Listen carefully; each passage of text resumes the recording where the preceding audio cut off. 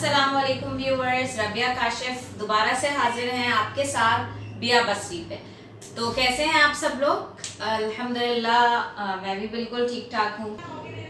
तो जैसा कि आपको पता है कि हम पढ़ रहे थे चैप्टर सेट्स, जो कि थोड़ा सा लंबा है लेकिन घबराना नहीं है। तो चलिए आज मैं आपको बताने वाली हूँ डी मॉर्गन्स लॉ। तो क्या होती है हमारी D Morgan's law? De Morgan law ये है कि हमारे पास एक यूनिवर्सल सेट है। यूनिवर्सल सेट यूजुअली सबसे बड़ा सेट होता है।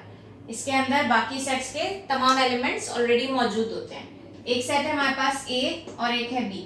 तो what is the De Morgan's law? De Morgan's law है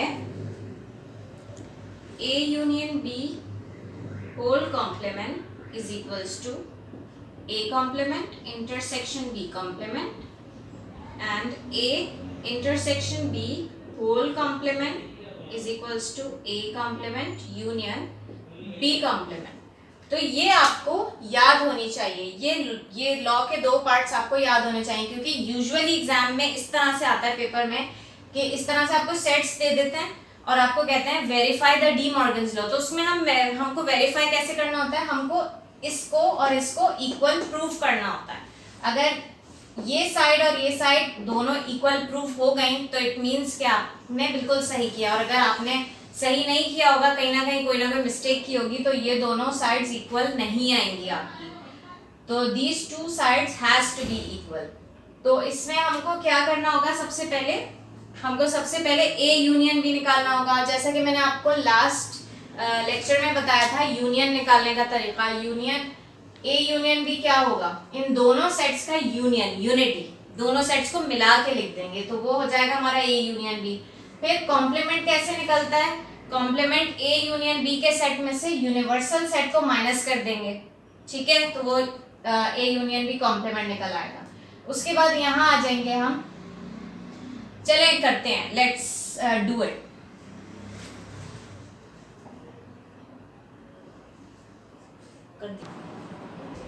जी, तो हमने ली थी A union B whole complement is equals to A complement intersection B complement, जो कि क्या है? डी मॉर्गन्स लॉ है। तो इसको वेरीफाई करने के लिए हमें पहले ए यूनियन बी निकालना पड़ेगा। ए यूनियन बी, ए का सेट लिखा पहले पूरा यूनियन, फिर बी का सेट लिखा, ठीक है। फिर इन दोनों का यूनियन मैंने आपको बताया यूनियन कैसे निकलता है। यूनियन निकाल लिया, दोनों सेट्स को मिला के लिख लिया, तो ये आ गया हमारे पास ए यूनियन बी। अब A union B whole complement कैसे मालूम होगा? ए यूनियन बी का जो हमने सेट निकाला है उसको यूनिवर्सल यानी यू के सेट में से हम माइनस कर देंगे, ठीक है। तो ए यूनियन बी का सेट लिखा, देन यू का सेट लिखा हमने पहले, यूनिवर्सल सेट लिखा क्योंकि यू के सेट में से माइनस करना है, तो यू का सेट लिखा, then minus A union B का सेट लिखा। माइनस होके हमारे पास A union B whole complement आया है ये 3, 5, 7, 9, 11। This is the answer of A union B whole complement, ठीक है। अब हम दूसरी साइड देंगे, ठीक है। ए कॉम्प्लीमेंट मालूम करेंगे सबसे पहले। तो ए कॉम्प्लीमेंट कैसे मालूम करते हैं? उसको माइनस करेंगे यू के सेट में से। तो पहले यूनिवर्सल सेट लिखा, देन माइनस ए का सेट लिखा, माइनस दोनों को करके हमारे पास this is the answer of A complement, ठीक है। फिर हमने बी कॉम्प्लीमेंट निकालना है, ठीक है। बी कॉम्प्लीमेंट के लिए यू में से इसको माइनस करेंगे, हमारे पास सेट आया ये। अब A complement intersection B complement निकालना है, तो ए का सेट जो आया था वो लिखेंगे ए कॉम्प्लीमेंट का सेट, फिर इंटरसेक्शन बी कॉम्प्लीमेंट का सेट लिखेंगे। हमको पता है, मैंने आपको बताया हुआ है कि कॉम्प्लीमेंट कैसे इंटरसेक्शन कैसे निकालते हैं। इंटरसेक्शन जो दोनों सेट्स में जो कॉमन नंबर्स होते हैं वो हम निकाल लेते हैं।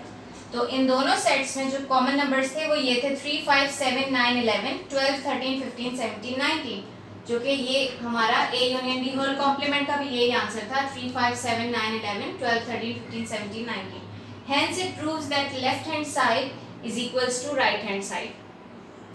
Now the second part of this law has to be done by yourself in your register. Hope you understand the video and see you again in the next lecture. Allah Hafiz.